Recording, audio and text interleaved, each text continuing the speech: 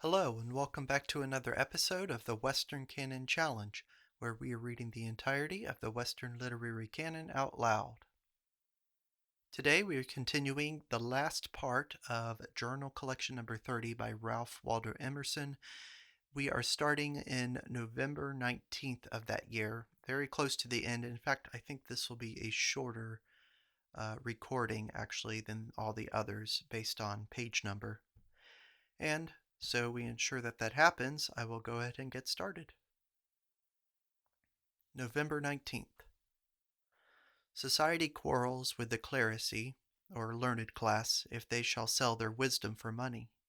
But society compels them to this course. Once before Malthus was in vogue, the world thought its health and grace consisted in its clerisy. The state magnificently maintained them. No one could spend money so well, of course, as the most cultivated. The state took care that the best qualified should be the richest benefactors. But times are changed. The church is not now the resort of all or almost all this class. They are gone out hence, and the ecclesiastics are not drawn to the church by their nature, but by convenience. Of course, the church has lost the veneration of the people, and they do not like to pay for its support. Meantime, the scholars out of the church have the same needs as before, the same fitness to be almoners of the state, for all the expenditure of a truly cultivated man is like the expenditure of a temple, religious and public. They have a right, have they not, in proportion to their enlarged sight, to exert a large power, to direct the means of the community, to select and aid and enrich the youth of genius and virtue. Shall they then, since the state is no state, give them no place, desert also their functions of the commonwealth, untimely deny themselves and those whom they ought to serve the first means of education? Shall they kill, through a fatal economy, every generous proposition of culture to the community, forbear assembling themselves together, grudge with miles of travel that will bring them face to face with poets and sages, deny themselves the sight of a picture, a statue, and a concert of music, a correspondence with distant philosophers, and the interchange of books and apparatus? Or shall they forsake their duties, since they are so straitened by your penury, and go dig in the fields and buy and sell in the markets to the detriment of all learning and civility in the commonwealth, in order that they may have that share of external power which their insight has made a higher need to them? If not, then leave open to them the resource of selling the works which are the only vendible product of so many laborious days and watching nights, and whose price ought to be esteemed sacred and not vile. Death. Quote, "When people are going to die, their faults come out," was one of Aunt Mary's old sayings. November 20th. Ah, nature, the very look of the woods is heroical and stimulating. This afternoon, in a very thick grove where Henry Thoreau showed me the bush of mountain laurel, the first I have seen in Concord, the stems of pine and hemlock and oak almost gleamed like steel upon the excited eye.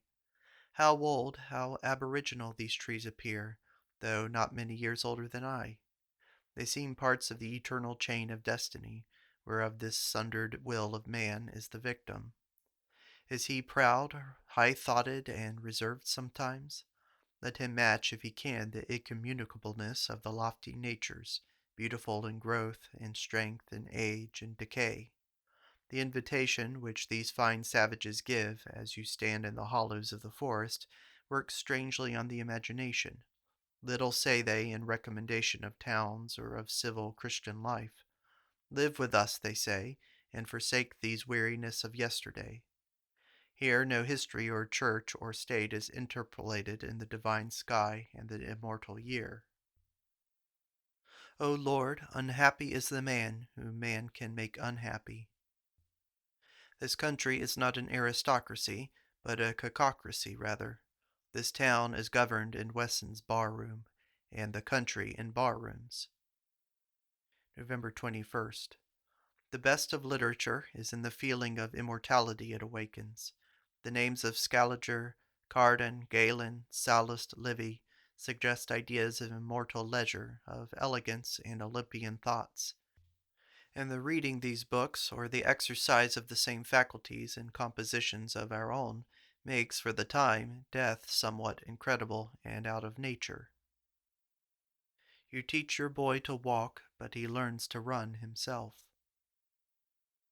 I am charmed with the pensive beauty of the younger Sibyl of Raphael's Four Sibyls, as I see the single head in his fine chalk drawing in Wardo's portfolio. What delights me especially is to observe that in a drawing so wonderfully bold and yet precise, the face has a liquid softness. Genius must have copied what genius drew. In Guido's Aurora, I enjoy the distinct expression of morning health and earnestness. It breathes the dawn. What profound health these hours have, and how firmly they tread the clouds.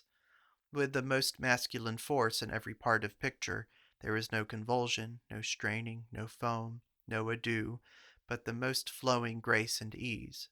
What fine propriety in all the details, in the arrangement of the horses, in the disposition of the group, in the variation of the attitude and drapery of the figures in the foreground. Then the horse is nothing but a morning cloud. The little sea landscape in the corner is matutino also. November 26th. Ward has given me the Endymion with friendliest letter. It shall hang by Carlyle's Guido. Temperance. The caterpillar and cow and robin mix the sun and blue sky with their diet. We hide our bread in cellars and basements. It matters not how plain is the fare which is spiced by the sun and sky, as mountaineers and Indians know. November 27th. Unconsciousness.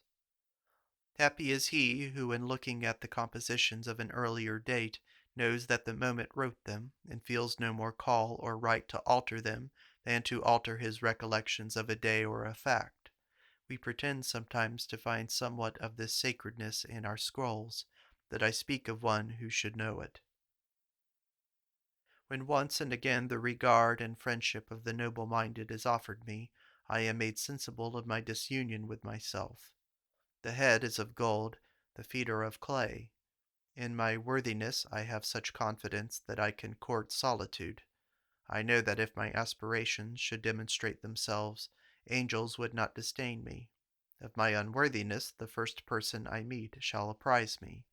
I shall have so little presence, such pitiful gingerbread considerations, so many calculations, and such unconcealable weariness of my company, that in my heart I beseech them begone, and I flee to the secretest hemlock shade in Walden woods to recover my self-respect. Patimur quisque suis manus. That when I have shriven myself to the partridges, I am gay again, and content to be alone. Then I am let into the secret daily history of others to whom the grace and conversation I covet is given, and find such savage melancholy, such passion, discontent, and despair, that suddenly I count myself the happiest of men, and will know the sweetness of bread and water, and live with the jays and sparrows still. November 28th. It seems a matter of indifference what and how much you write, if you write poetry. Poetry makes its own pertinence, and a single stanza outweighs a hook of prose. One stanza is complete, but one sentence of prose is not, but it must be poetry. I do not wish to read the verses of a poetic mind, but only of a poet.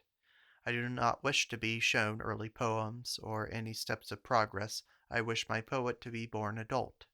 I do not find youth or age in Shakespeare, Milton, Herbert, and I dread minors. Shelley is never a poet. His mind is uniformly imitative, all his poems composite. A fine English scholar he is, with taste, ear, and memory, but imagination, the original authentic fire of the bard, he has not. He is clearly modern, and shares with Wordsworth and Coleridge, Byron, and Hemans the feeling of the infinite which so labors for expression in their different genius. But all his lines are arbitrary, not necessary, and therefore, though evidently a devout and brave man, I can never read his verses. The same secondariness pervades Wilson's poetry. Scott and Crabbe are objective, and have not the feeling of the infinite, but from Crabbe's poems may the Muses preserve me. Genius and Reform. And where were the men of genius whilst these coarse missionaries were making odious the high doctrines of temperance, love, and the life of nature, which they had first broached in solemn hymns? Alas, master, the devil put them in their own keeping, their own mouths. For their fine organization, the pleasures of sense were doubly attractive. Palaces, sofas, and delicious tables amused them like other men, and more than other men, and in their holiday they forgot to resume their task. I saw them each taking himself in charge to keep himself silent, nor plague the world longer with the harsh counsel of reform, drugging and quieting how he best could the nerves that were once harpstrings on which every sunbeam played music. Why is our diet and table not agreeable to the imagination, whilst all other creatures eat without shame? We paint the bird pecking at fruit, the browsing ox, the lion leaping on his prey, but no painter ever ventured to draw a man eating. The difference seems to consist in the presence or absence of the world at the feast. The diet is base, be it what it may, that is hidden in caves or cellars or houses. Did you ever eat your bread on the top of a mountain or drink water there? Did you ever camp out with lumbermen or travelers in the prairie? Did you ever eat the poorest rye or oatcake with a beautiful maiden in the wilderness? And did you not find that the mixture of sun and sky with your bread gave it a certain mundane savor and comeliness? November 30th. Keats, quote, "And scarce 3 steps ere music's golden tongue flattered to ears this aged man and poor." Quote, "So Saturn, as he walked into the midst, felt faint, and would have sunk among the rest, but that he met Enceladus's eye, whose mightiness and awe of him at once came like an inspiration." December 1st. We are misled by an ambiguity in the use of the term subjective. It is made to cover 2 things, a good and a bad. The great always introduce us to facts, small men introduce us always to themselves. Would you know the genius of the writer? Do not enumerate his talents or his feats, but ask thyself what spirit he is of. Has he led thee to nature because his own soul was too happy in beholding her power and love? Or has he only shown you stars and mountains, woods and lovely forms as his house, bribing you by the splendor of his palace to come and see him? What has Lord Byron at the bottom of his poetry but "I am Byron, the noble poet, who am very clever, but not popular in London"? The little can see nothing in nature but their own stake, and their most discursive regards are still economical. And, as Scaliger says, in reference to Montaigne's gossiping account of himself, that he likes red wine but never drinks white, quote, "Who the devil wants to know what wine you drink?" The water we wash with never speaks of itself, nor does fire or wind or tree. Neither does the noble natural man. He yields himself to your occasion and use, but his act expresses a reference to universal good. Rob was tender and timid as a fawn in his affections, yet he passed for a man of calculation and cold heart. He assumed coldness only to hide his woman's heart. There is a play in which the sister is enamored of her brother, and when they embrace, she exclaims, "Ja, Freud." In taking this afternoon farewell looks at the Sibyls and prophets of Michelangelo, I fancied that they all looked not free, but necessitated, ridden by a superior will, by an idea which they could not shake off. It sits in their life. The heads of Raphael look freer certainly, but this obedience of Michael's figures contrasts strangely with the living forms of this age. These old giants are still under the grasp of that terrific Jewish idea, before which ages were driven like sifted snow, which all the literatures of the world, Latin, Spanish, Italian, French, English, tingle with. But we sleek, dapper men have quite got free of that old reverence, have heard new facts on metaphysics, and they are quite ready to join any new church.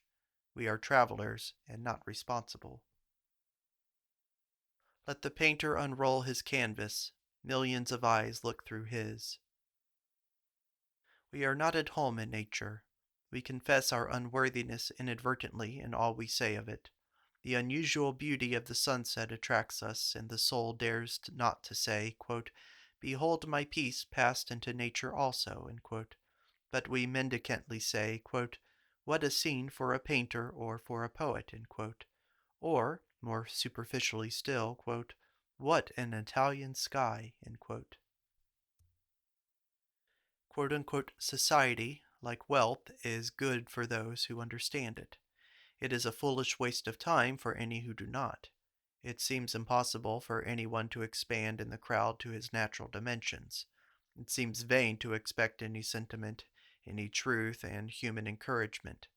All character seems to fade away from all the accomplices.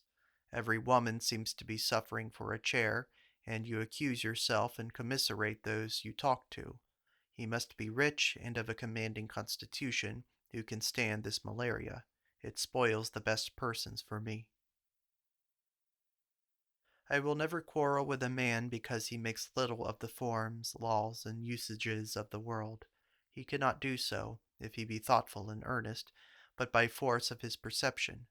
He sees that the soul is a creator, and instantly makes light of all your present works, since he knows it can very easily make more when these are gone, a secret which others do not know, and so contradict him with petulance. It is very pleasant to me to hear of any fine person that he or she is a reader of Swedenborg. It is an uncomputed force. His influence on this age, his genius still unmeasured. He is the fabulist, the Cebes, the better Aesop of the last ages.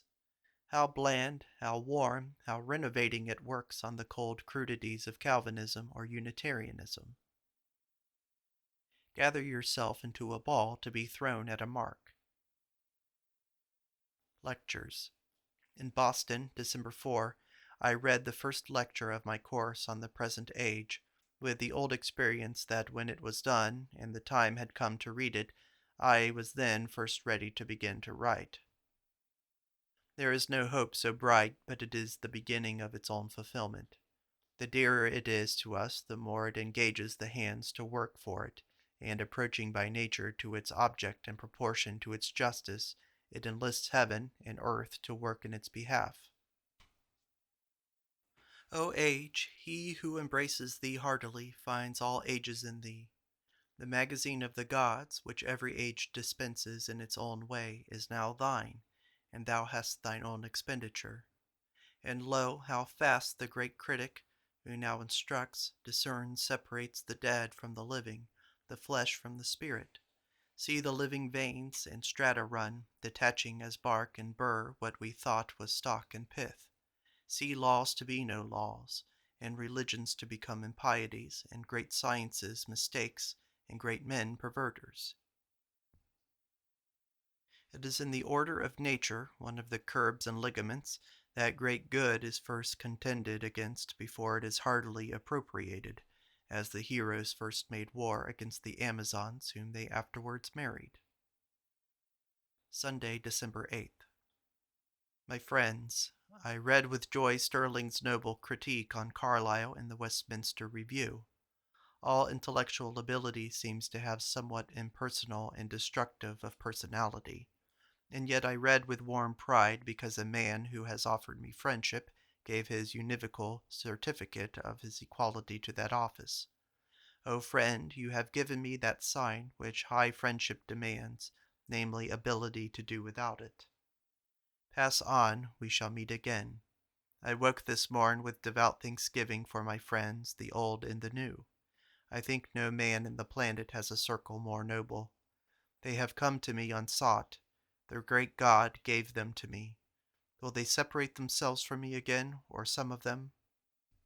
I know not, but I fear it not, for my relation to them is so pure that we hold by simple affinity. And the genius of my life being thus social, the same affinity will exert its energy on whosoever is as noble as these men and women wherever I may be. A man with his thoughts about him distinguishes at first sight those fancies which are momentary, and the revelations of the soul, knows among his reveries which is a circumstance and which is a thought, a flower as well as a man walking, knows which is the wall and which is the road. Well, thus among my fancies it occurs that the mind of this age will endure no miracle, and this, not because of unbelief, but because of belief.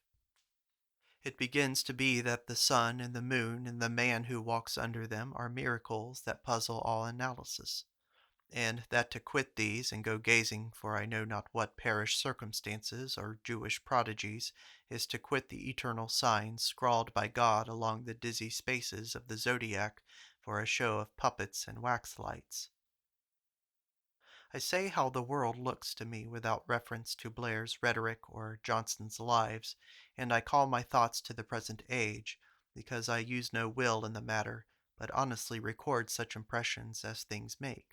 So transform I myself into a dial, and my shadow will tell where the sun is. It is dangerous to, quote, crush the sweet poison of misused wine, end quote, of the affections. A note from the editor.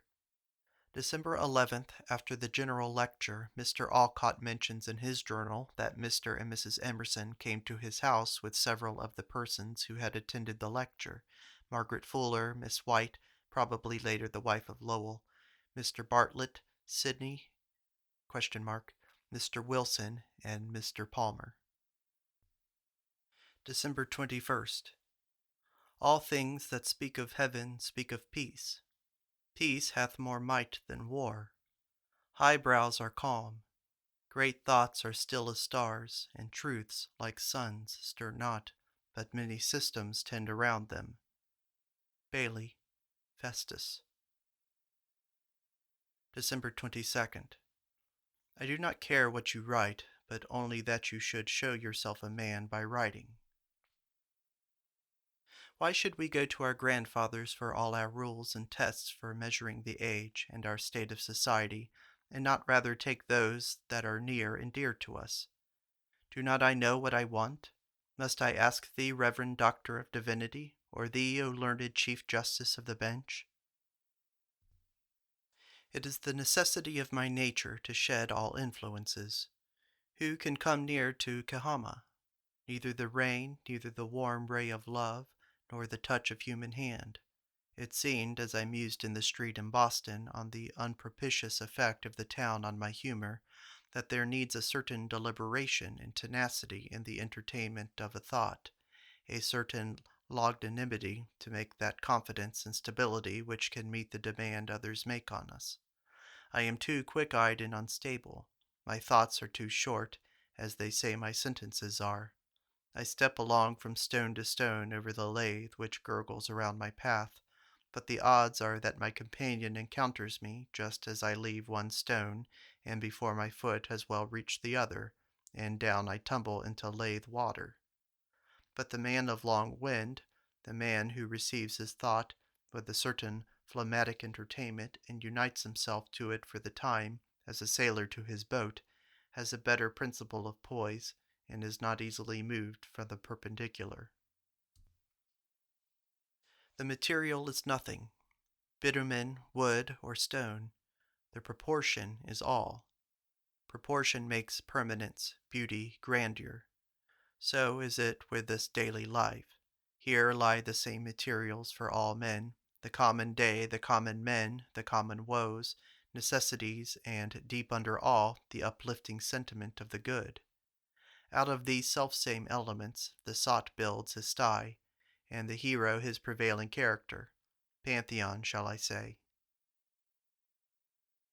In my dream I saw a man reading in the library at Cambridge, and one who stood by said, "He readeth advertisements," meaning that he read for the market only and not for truth. Then I said, "Do I read advertisements?" Unbecoming is this shamefacedness of ours, this fear of poverty, for presently the wonderful spectacle of the universe will withdraw from us. We shall be old, blind, deaf, and die. Yet though we be brave, let us not be ungraceful. Let us stand too much in regard of the beauty of nature to be pert or foolish. Hide from a great motive, or not at all. We are brothers, and the worst of us is a miracle beyond analysis. Let us only not be frivolous or vulgar. Let not the sun shine and the infinitude of moral nature exist in vain for us. If we have seen that under our wooden or brick houses the living magical earth lay, yet lay not still a moment, but whirled forever on its orbit, true to the orbs of its system, and its system just to its vast sympathy with nature, if we have seen that under our ridiculous routine of selfish trade and government bloomed unhurt the life of God, and found ever and anon vent in our consciousness and in our action, that we have not set ourselves systematically and invariably to stifle it, and so kill ourselves, but in sane moments have opened it a passage into the laws and institutions, have let our private bark follow the course of the river, and be blown in the path of the monsoon, have not selected for honor the mean and the dead in whom no virtue lived, and such therefore as honor could not cleanse or great aims enliven, but have let our votes follow ideas, and our elections express our character and aspiration, so that the highest sentiment cheered us in the assembly of the people, and the ballot was a voice of truth and veneration, then the state will stand, then the laws will be memorable, and the beautiful for long thousands of years will shine by intrinsic light as easily through many as through a few ages.